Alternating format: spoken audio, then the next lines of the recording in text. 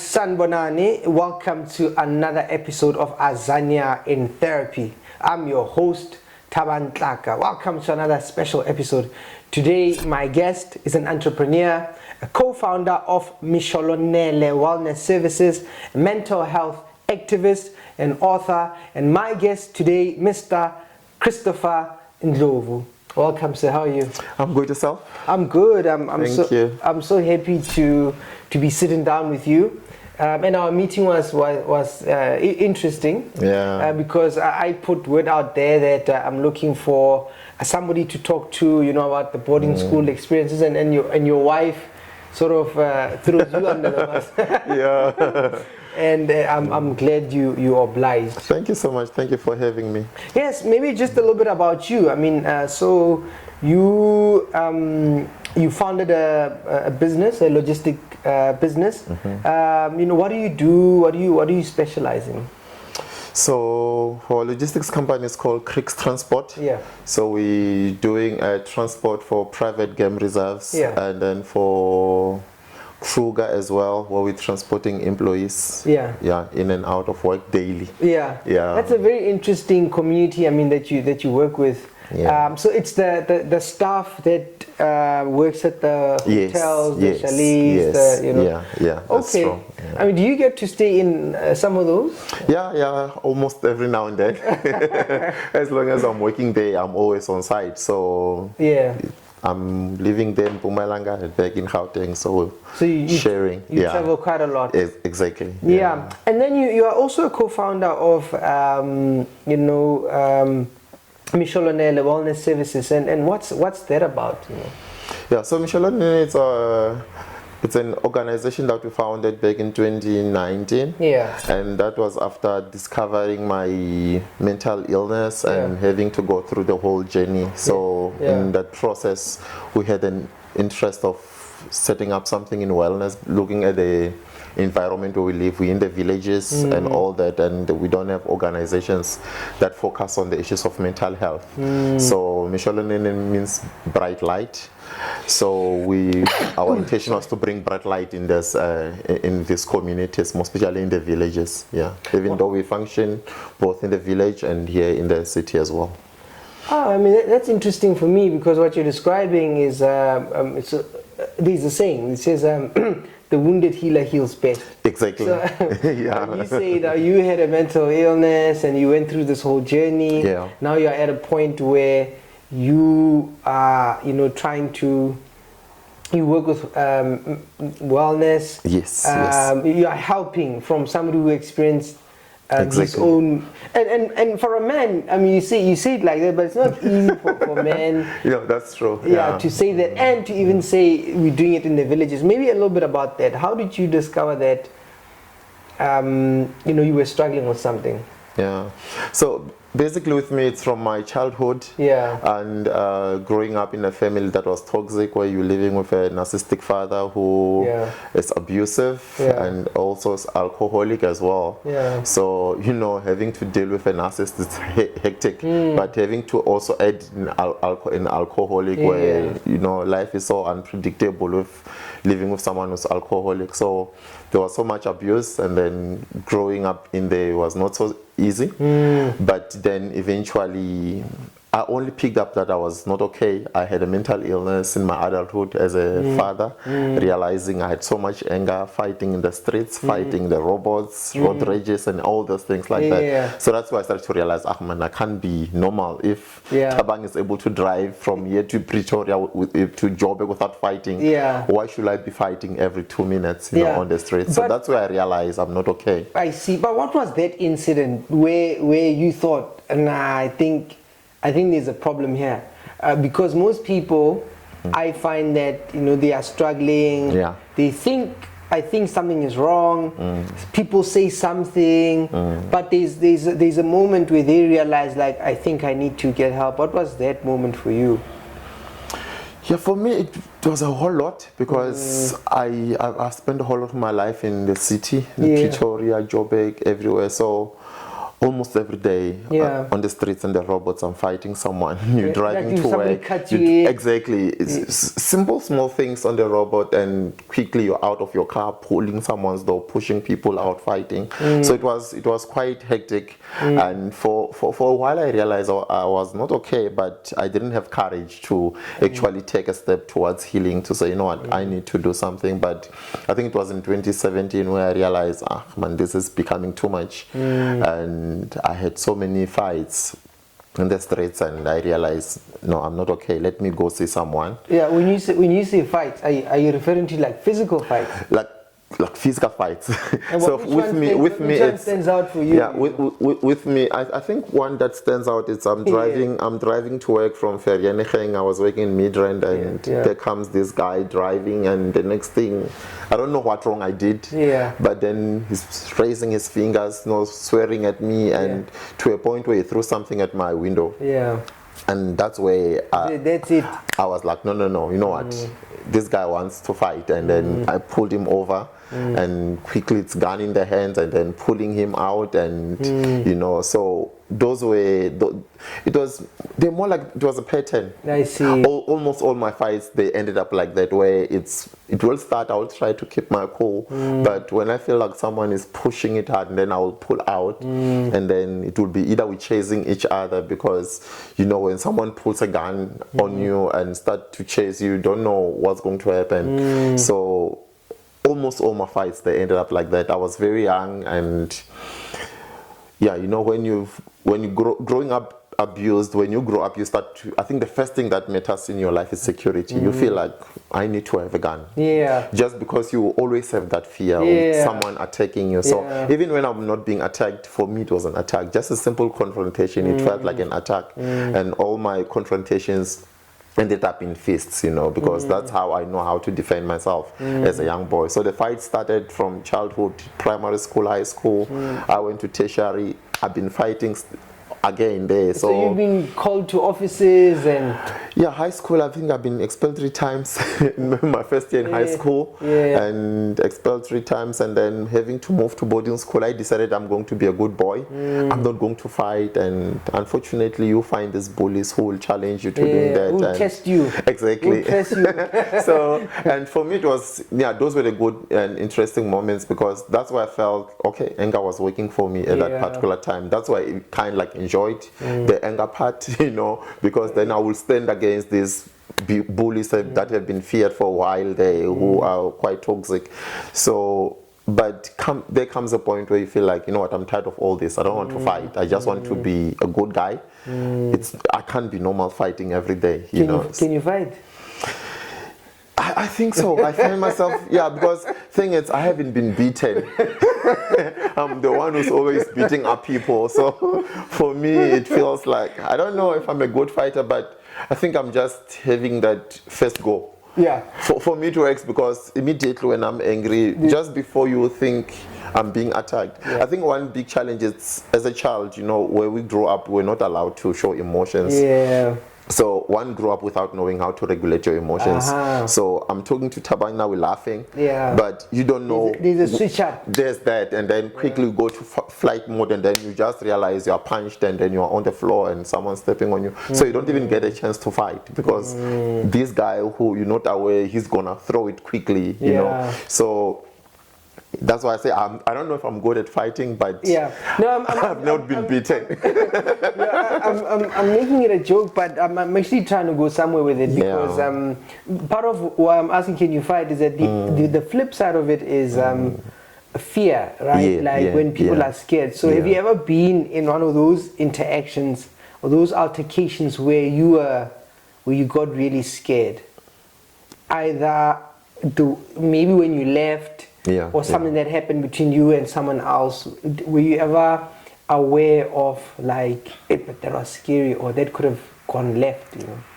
Yeah, true. Several times. I remember one altercation, it happened when I was in the campus in TUT. So, because we studied Soshanguve, the TUT in Soshanguve, and we're in a township. So, coming from church, meeting these guys with guns, and I moved 2 of my friends, and then they pulled guns on our heads, and they want cell phones, you know. And for me, a gun was like, as a child, I always looked at a gun as something that you'll use to scare someone, but not to kill them. So the moment this person pulled a gun and put it on my head, with me, what went on, it was my fists. You know, I just started punching this guy, and I couldn't reason that there are three with only three, and they all have guns. I couldn't think of the other two. I just focused on the one guy who's got a gun on my head, and then I started punching him. I started fighting him until he left me because he realized I wasn't stopping. You know, and only when I got into my room and I met my friends and they realized I'm starting to cry. So what's happening? I said, no, we got attacked, and I don't understand, how can I fight someone with a gun using my hands? You know, what kind of a person am I? Why am I fighting someone with something so scary like that? So the only times where I will start to reason is when now I'm sitting, relaxing. But when I get angry, everything just goes blank. And it's just a fight that goes out first. The interesting thing for me there as well is you know, you talked about emotionally regulating, and so it sounds like, and a lot of men struggle with that, right? Yeah, that's true. And the way you are describing it, and also a lot of depressed men present with anger. Yeah, that's true. And so a lot of men are angry, but they don't know that that's actually depression. And for you, did you become aware as you went on your mental health journey that, hey, I think I'm maybe depressed, and maybe I'm you know, acting this way because I'm actually really struggling? So the challenge is, from the time when I started to think I'm depressed, I went to my GP and said to him, look, I'm depressed. I think I need to. He said, no, you're not depressed. And for me, from that, hearing that from a GP, I was okay that I'm not depressed. I thought maybe it's just something else. You know, so it took years for me to get my proper diagnosis of depression and mental health issues, because all these years I just thought I'm just angry, or because I was abused, because that and that happened to me. So it only dawned on me 2019 when I first went to a psychologist, and I was sitting with this lady talking for about 2 hours, and she was like, man, what are you? Because you're talking all these sad things, you're not showing emotions. Some of the things are quite hectic. You're supposed to be crying. I was expecting to see tears in your eyes, but you're just talking about that. So that's why I started to learn about regulating your emotions, because this way she now told me to say, as a normal child, you're supposed to cry when you're young. You're supposed to feel emotions, but with you, you're just living. You're just a human being, and hence I became dangerous in fighting, because people couldn't see when I'm angry, or I was just like the normal crease that you know, but the next thing I'm fighting.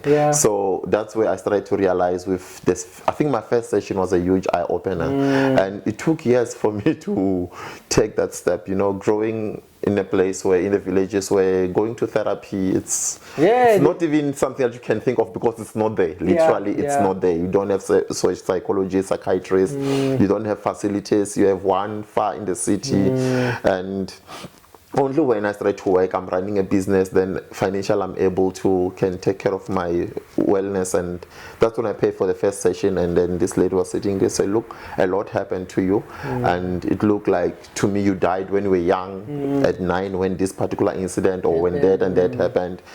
From there, you're just living, and you're not able to show emotions. So this is where now I started to realize how important is this journey, and things happened, you know, we in business, then you in transport, you logistics, you've got buses, you've got taxi association fighting for the same roads. So several times I got attacked by taxi associations. I think that's where maybe my Damascus moment came from as well, because I remember I had a serious fight with the taxi association back home, where they took my buses off the road. They wanted me to pay to be using the roads, and for me it was like, I'm in tenders, getting projects to do for game reserves. You are doing your association thing. There's no link between me where and are we meeting, you know? To a point where there was a huge fight, where literally things went really bad, you know. So that's where I started to realize that, no man, this is becoming too serious, because that's when I first got to be admitted in a psychiatric clinic, and I was shocked to learn of myself when I'm there to say what's happening to me, because they told me about all these chemical imbalances, things that I've never heard of. Like, what is this? You know, so that's where I started to realize, I have a big problem. I have to really look into this. So I think the first session that I went to the psychologist was one first big eye opener. But you know, as men, you go once and you stop and you feel it didn't help. Yeah, first time when I was there, I felt like there were things that were happening, because eventually in that first session, I remember for the first time in years, I dropped a tear once when the lady was talking to me, because after speaking for a very long, she started to talk back to me, showing me things that I was not aware of. So some of the things were quite touching, and she was able to say, look, now you're starting to come back. And that's why I've realized sessions are quite important. They really work, because for years I didn't know how to actually show emotions. For me, emotions were like a sign of weakness. You don't need to show these things. So until when that started to happen, and then going into psychiatric hospital, where now every day you go into classes, they're teaching you about emotions, they're teaching you about relationships, they're teaching you how well to relate with other people. So that's where I started to realize I had a lot of work to do inside me, and in terms of changing, in terms of healing. And that's where I've also learned about, journaling.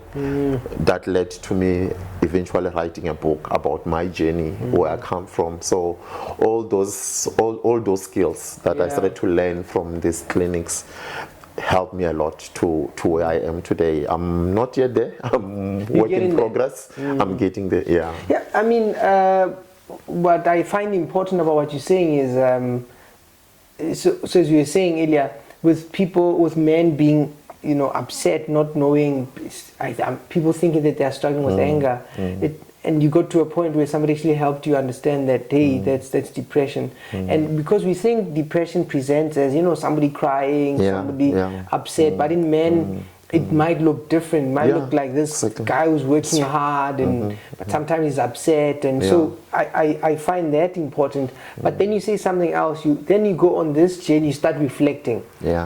As you are reflecting, you get to a point, then you journal, you write this book. Maybe then, it's a good point to get into the book. So you wrote this book, Broken Mirrors. Maybe, share a little bit about what was that like to start put the book together, what inspired you, and what was it like to work on the book? So I think what led to the book, it's I actually started journaling, but not knowing it was journaling. I was just doing it traditional, my own way, and I will keep typing things in the laptop, leave it there, and for a while. But there came a point where, when I started to go into sessions, into psychiatric clinic, they started to teach me about that, and then I went back to that very same book and started to check to say, what is this thing that I've written about? Let me go back into that, and let me start to look at it. So for me, I had to go back into my whole life, the journey, the trauma from my childhood, where it started when I was 5, seeing your father for the first time angry, having pangas in his hands, chasing people, he wants to kill people. And that on its own start to confuse you as a boy, because you're looking at this man as a man who's supposed to be a role model. He's supposed to be modeling, loving, being a father, being a husband, and the first time you see him, he's got a panga in his hand, he's angry, he's stabbed, he's bleeding, and that, as a child who's 5, 6, it confuses you, because you don't understand how to relate to this person. And unfortunately, it grew on to a point where eventually we had to now live with him full time, and the abuse grew, and it was like fights every day.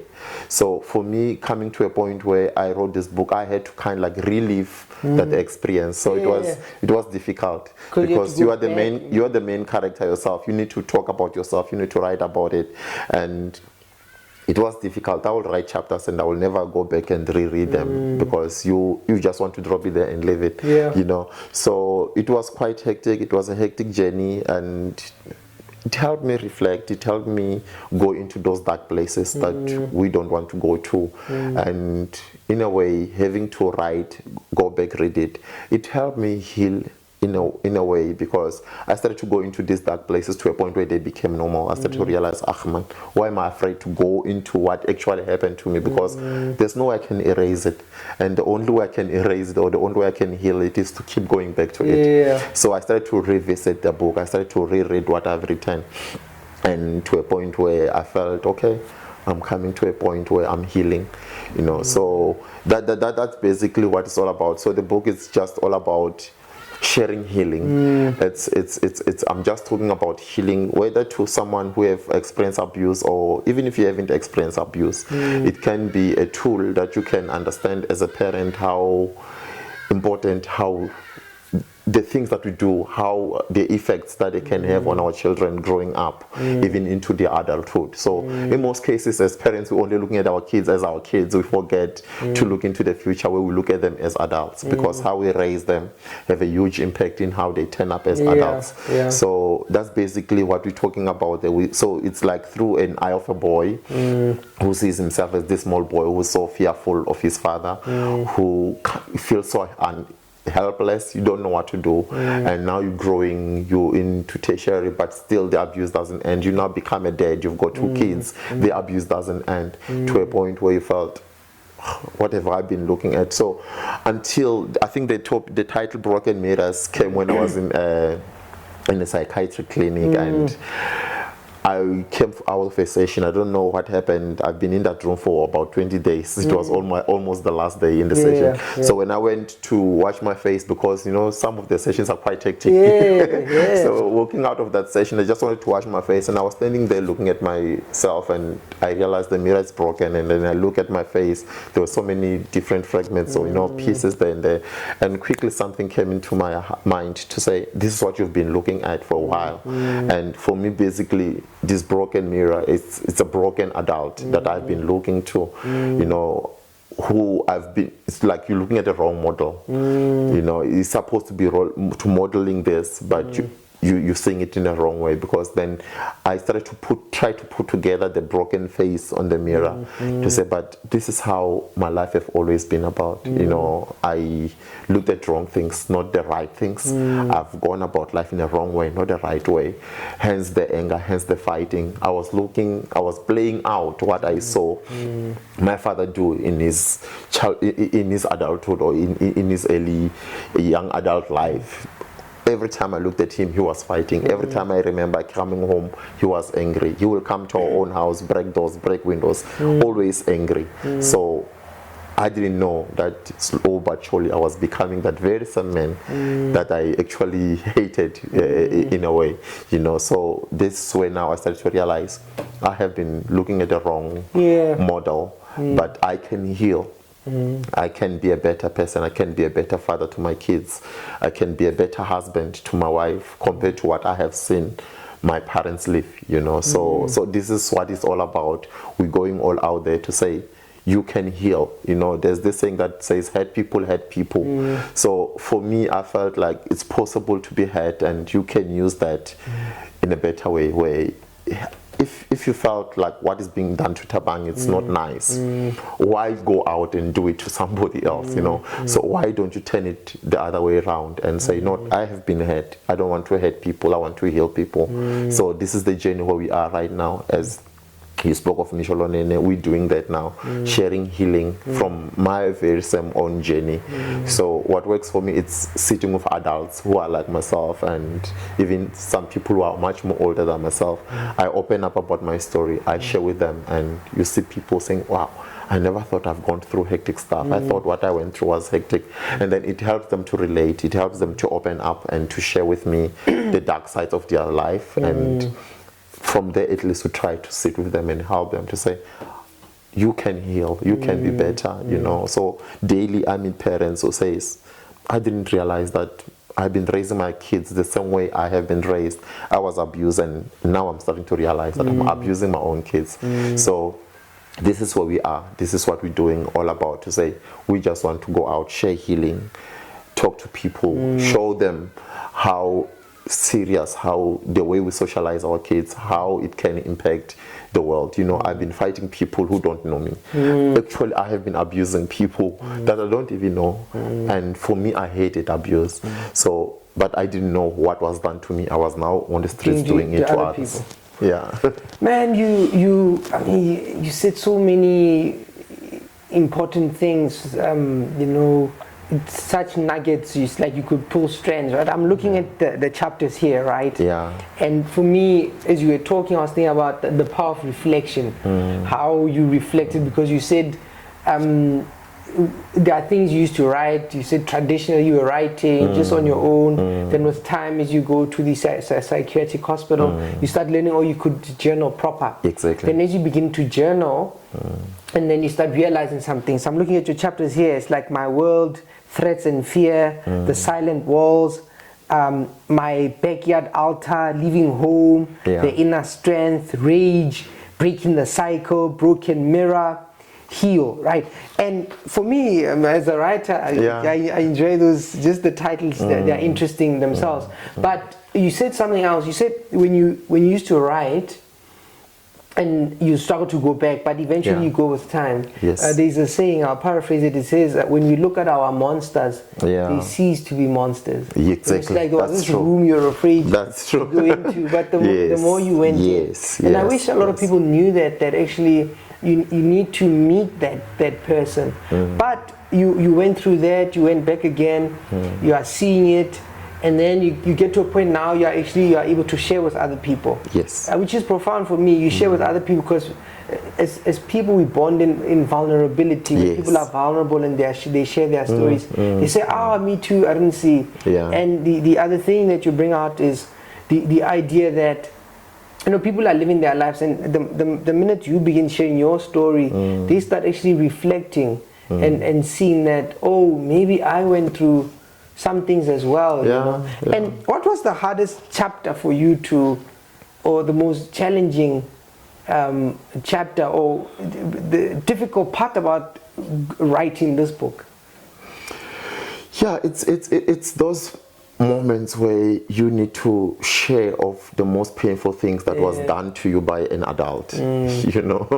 So but most especially the first chapter of my world, it's, to me, I have to talk about the fact that I was born a twin. But I've never seen my twin, and I still don't know what happened to my twin sister. I only know I had a twin sister. And you try to go to adults and find out what happened. Who was this person? When did she pass away? And all those things. And you go, they tell you, no, I don't want to think of that, I don't want to remember that. And of which, to me, also in the book I talk about it. So I respect the way how people deal with their pain, because I've seen how I handled my own pain, So I had to learn to accept, to say, no, what, this person went through pain when that happened, and they don't want to go to relieve it, to relieve that pain. It's not easy. And in that chapter, that's why I talk about things like where you see your father coming home, he's stabbed, he's drunk, he's angry, he's punching your mother. You have to learn to fight him back, and all those things. So those were the things that I didn't want to go back to them. But like you're saying, the more you look at this monster, it now starts to cease to be a monster. And these are things I wished I've known as a young person, because I think what kept me captive for years, it was fear of going back to talk about those things, because I've been abused for so many years, but I never spoke about that abuse. I never told people about what I was going through as a person. So those, and as it's always said, to say fear, abuse thrives in fear, and it thrives in silence. So because you are afraid to talk about these things, you mute yourself, you mute your emotions. You don't want to remember these dark sides, don't want to remember these things. So those were the most difficult things for me. And also the last chapter talking about heal.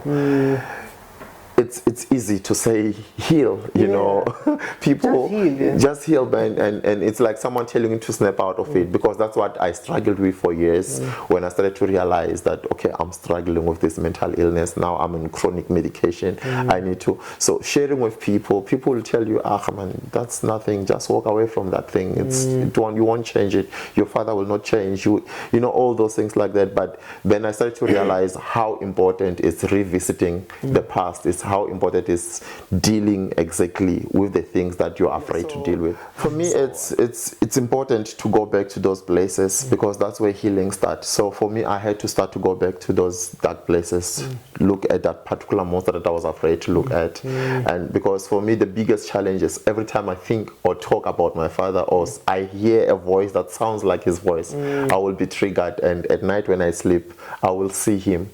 Or sometimes I'll see myself in a coffin in my own funeral after he has killed me. Because those were the things that we were being told every day. I will kill you, or there will be a gun on your head. There will be all those things like that. So I had to start to revisit those scary things, those scary parts of my life, to say, you know what? Let me go back into these things. Let me start to open these dark boxes that I don't want to open, these scary things. So this is where now I started to think of healing, to say, you know what, but it's possible to heal.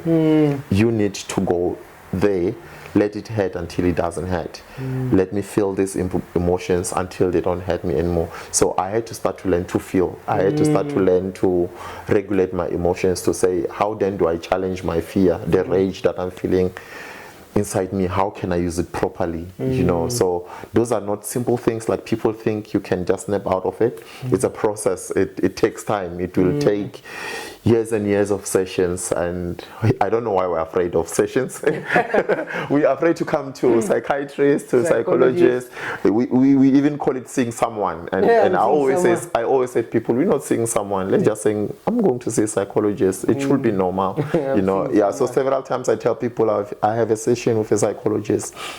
You don't say you're not saying you're going to a meeting. Yeah, they go like, are you sick? Are you fine? Why are you going to see us? Which talks to the stigma. Yeah, true. But as you're explaining, I was thinking, you know, so where is your father now? He's very much alive. He's there. He's back in the village. Yeah, we do meet sometimes. He's there. Yeah. The relationship is much better now. Or you guys? It's difficult. It's difficult with dealing with someone like him, because these are people that we call narcissists. So opportunities or chances for them changing are difficult. So you try to learn yourself to do what they want you to do, but there's no way you can ever please them. So you accept that when I meet him with greet hi, it's fine. But sometimes that meeting him greeting hi, he can still use it to hurt you. So those are the difficulties, but he's there, he's alive. I try to reach out, you know, with us who grew up being hurt, every now and then, like if I keep seeing myself going back to him, trying to help him when I see he's challenged there in the financial or things. But in most cases, those things come back to hurt you again. But the more you heal, you become a better person, because you now understand this person, to say, look, he won't even come to a point where he will acknowledge he has ever done you wrong. He will always see you as someone who's wrong. Where he stands right now, he's still waiting for me to go back to him to apologize for what he has done for me for all these years. So I had to accept him for who he is. And it's so fun that I still visit sometimes when I feel like I want to see him. And unfortunately, he will not tell you he doesn't want to see you, but you'll get a call maybe 3 weeks down the line, say, why did he come to visit me? But in a way, you know he wants you to visit, because when you were with him, you could tell he's happy. He's somehow free. So he's there, he's alive, he's still very young,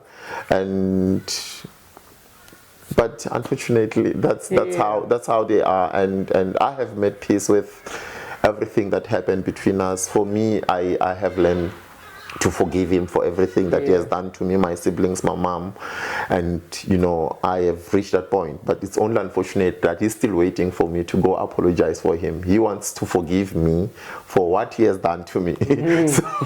So those are the realities, you know, of this life, and these are people that we live with. They are there, and it's a reality. Such a complex relationship you're describing, and part of what you touched on is the stuff that happened to you, and I think we underestimate things that happen to us that impact us as adults. You touched on it, you know, quite a few times, that even when you talk to people, part of what you're trying to make them aware of is how the things that happen to us as children tend to affect us, as adults. Yes. And I'm interested in, this chapter, right? Leaving home. Yes, yes. Is that the chapter about you leaving home and going to boarding school, or exactly? Maybe a little bit about that, your boarding school experience, and how come you had to go to boarding school, and what was that like? Yeah, so for me, going to boarding school, it was not an issue of parents affording to send one to boarding school. It was the issue of them trying to block what they were seeing starting to happen, because then I was starting to grow up, and whenever my father will attack my mom and my siblings, and then I would start to stand in front of him. I was still young, and I started to learn to form my fists to fight him back, to push him back, and all those things like that. So my mom realized that, look, we're going to have a problem here. We're going to have a problem here because this boy is growing. So let's send him somewhere where he will at least be away from these things. So exactly her words was, I want you to focus on your school, because of the situation here at home, you won't do well. And I want you to study. I want you to be a better person in life. So I went to boarding school running away from that, all that experience. But unfortunately, things that were going on at home. Yeah, the things that were going on at home. So that physically I left home, but emotionally I was still at home, because you leave home the first night when you get to boarding school, you're now thinking, what is he doing to somebody, or who slipped into my place? Because I know I was a punching bag whenever he feels this way. Now my siblings are quite younger than me. Who is he attacking now? Who is he doing that to? So you got torn apart, You torn apart. Your mind is here and there. So you're living, you're supposed to be here, but emotional, psychologically, you're back home. You're trying to be there, trying to protect them, even when you're not there. So those are the difficulties of life. But boarding school itself was a different place. It was a place where I learned to rest from all those things, even though in my mind they were still playing, the breaking the windows, the doors kicked, and all the, I will always see those things at night when I close my eyes. But it was a different environment where it's all boys, where it's all young people, where they are happy, and I've learned to be happy there, because for years I realized I haven't been happy. But when I got there for the first time, you feel this sigh to say, wow, I'm away from home. And now there was a bit of relief. It was a huge relief. It actually changed my life for good, if I were to put it, because when I was home, literally every day, in a day I will fight 3 times at school. Nice. But when I went to boarding school, I decided to say, you know what, I'm going to be a good boy. I don't want to fight. I don't want to do this thing. But boarding school, you get to be initiated and all those things. So for me, those were opportunities to showcase. And bullying. So, exactly. So for me, the bullies were the opportunity to showcase my skill in fighting. So all those bullies who were feared in the boarding school, when they tried whatever they tried to me, they would find their match. And it was so shocking, because I went there, I decided I'm a Christian, I'm born again, I'm not fighting, I'm a nice guy. But then the first few weeks were difficult, because I was asking myself, I'm trying to change, but why do I keep meeting people who are pushing me into fighting? But as time goes on, people go to understand that, okay, this is the kind of a guy, and I'm not a bully, I'm not a fighting, I was just protecting myself.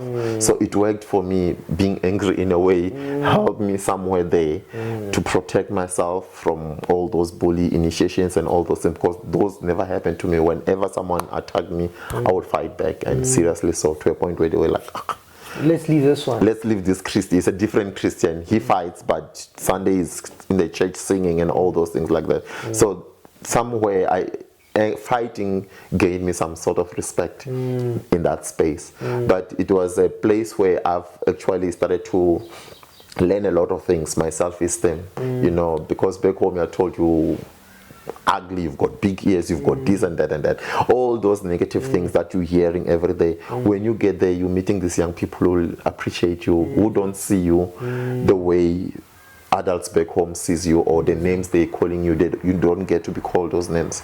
So it's also for me an interesting place, because of who I fell into when I got into the boarding school. Because for me, I think boarding school is all about who you get exposed to as you arrive. So for me, when I arrived there, I spotted a group of young people who were the Student Christian Organization, the SEO guys. And when I see them the first day in the assembly, them singing, I fell in love with it. I said to myself, I'm going to associate with these people. I'm going to make these ones my friends, not all these fights and everything.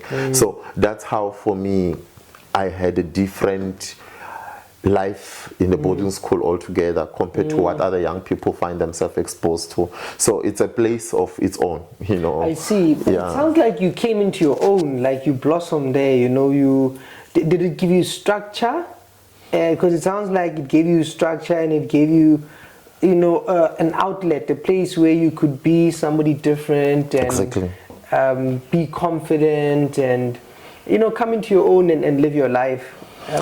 Yeah, it has changed my life in a big way. It has really changed. Would you say for the good? For the good, yeah, because one, I've learned to be independent, and because I knew that when I got there, we had kids who life was good back home. You know, parents will send them money, everything. So for me, it was different. I knew month end, if I'm lucky, there will be 200 rands that comes in, you know. That will be all. That will be all. What would you buy?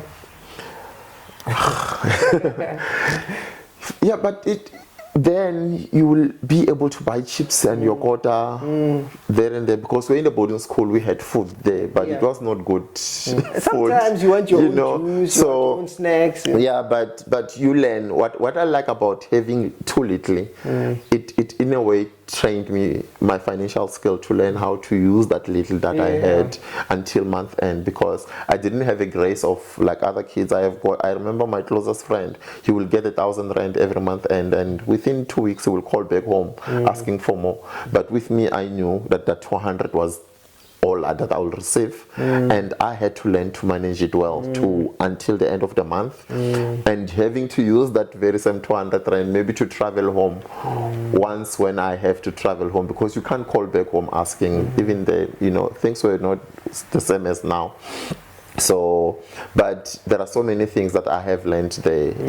I think independency, and I've gained confidence, because there I struggled with self-esteem because of what I was called, and it helped me in a way of studying as well, because where I came from, there was no one to teach you how to study, the proper way of studying, you know.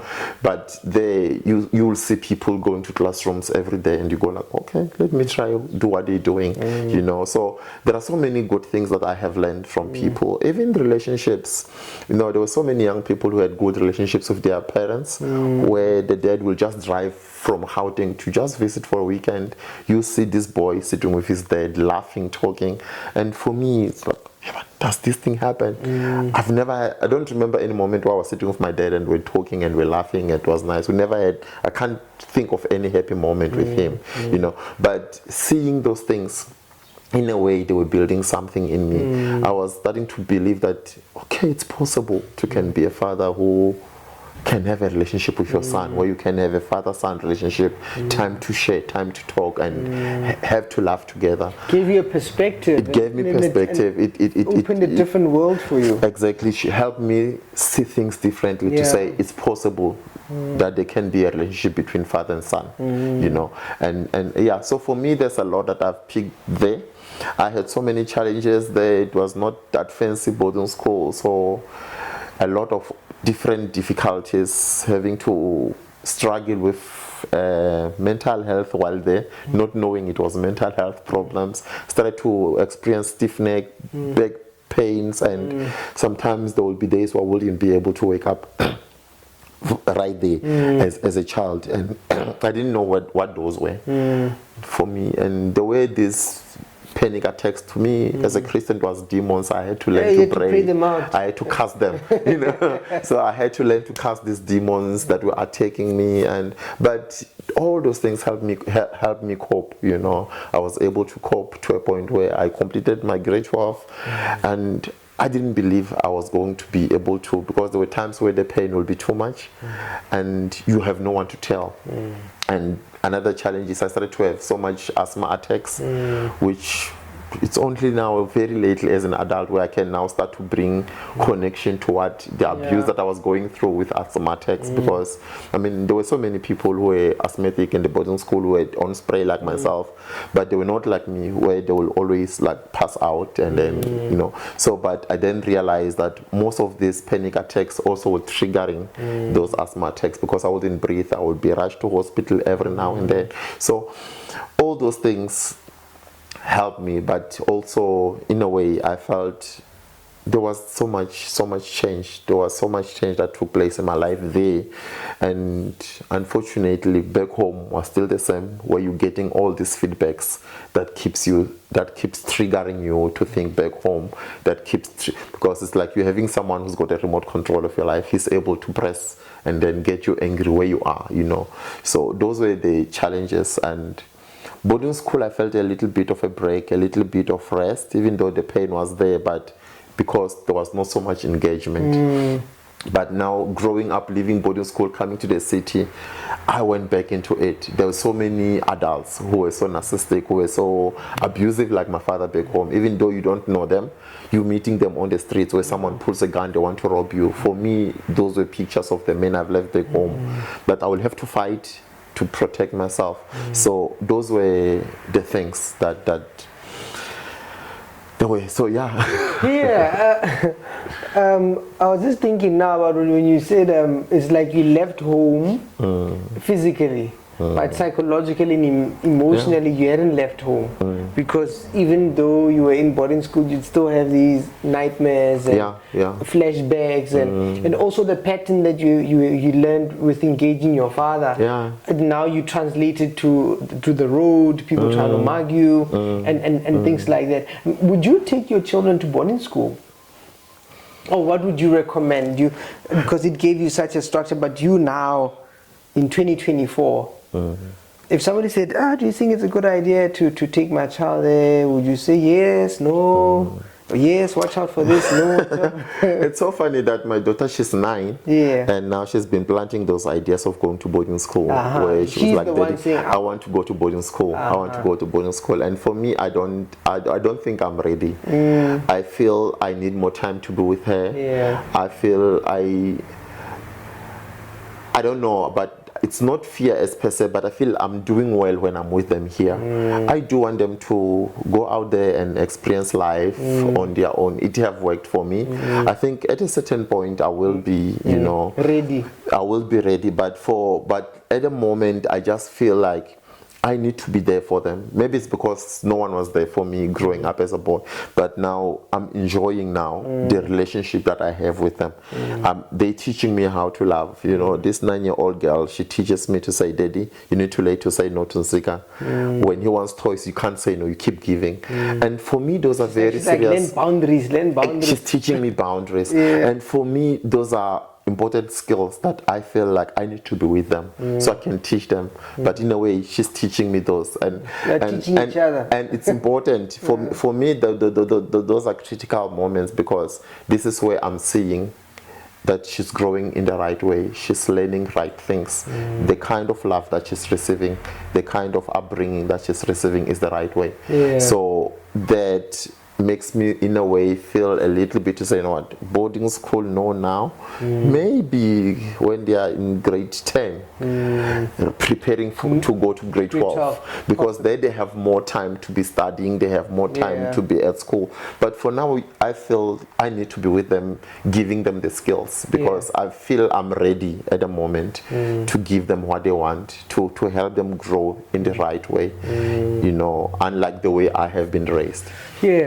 And maybe as we land our conversation, I mean, you talked about Mixolonene. Mixolonene, you said it means light. The light coming in, or light. Mixolonene is the bright light. Bright light. So so looking at the future with your light, right? What are you currently focusing on? You know, what are you looking at? So what are you currently working on, and what does the future look like for you? So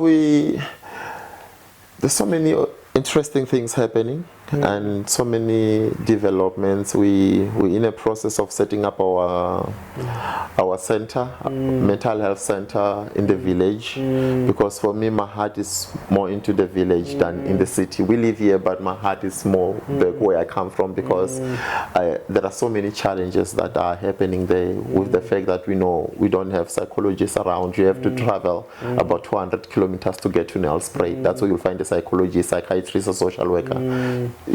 So for me, the biggest push now is to set up this center where people will be able to walk in and get help, because I've realized that in the village we have so many young people who are losing their minds to a point of being mad, completely losing their mind. Addictions.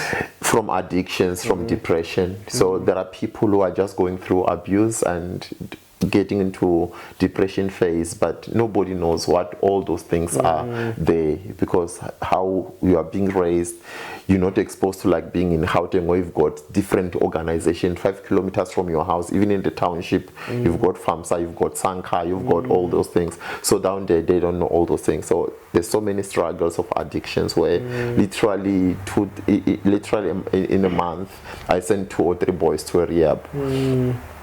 And they don't understand what are all those things. Only when you start to sit with them, explaining to them, why are you into addiction? Because for me, the most important thing is not to deal with what they're dealing with, is to deal with what happened to them to find themselves in that addiction. So that's what we do, to try help these young people understand why they're getting themselves into addictions, and helping them understand to say there is help. It's difficult to find help in the village because you have to have resources, but eventually we bringing that light where slow but surely we're getting to win, where it fulfills my heart to see 2-3 young people monthly in a rehab, where they come back, you get that feedback, it makes you feel fulfilled, to say, I have changed their life, I have touched someone's life. And anything that I haven't asked you that you feel is important to kind of note or think about, your final thought,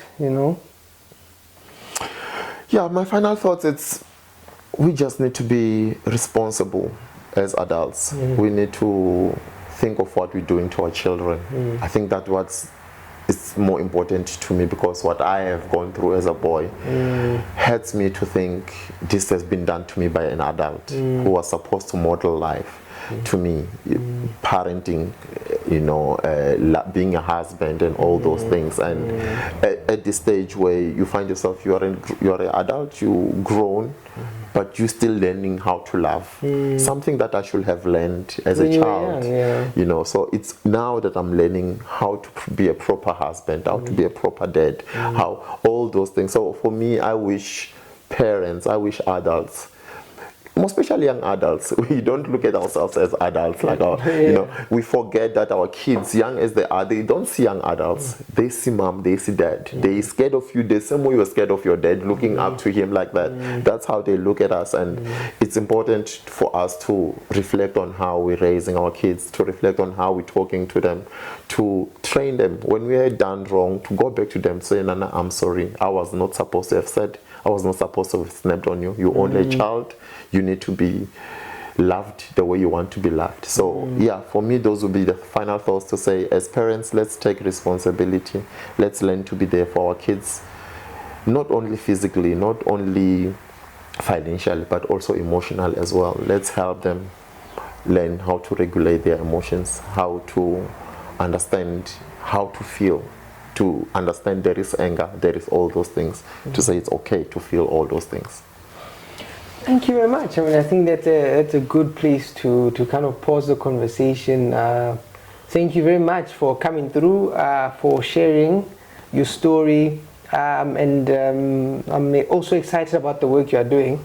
May you continue and do the good work. I think a lot of men and boys can relate to your story, and I wish there were more people like you. And but continue doing the good work. Thank you so much.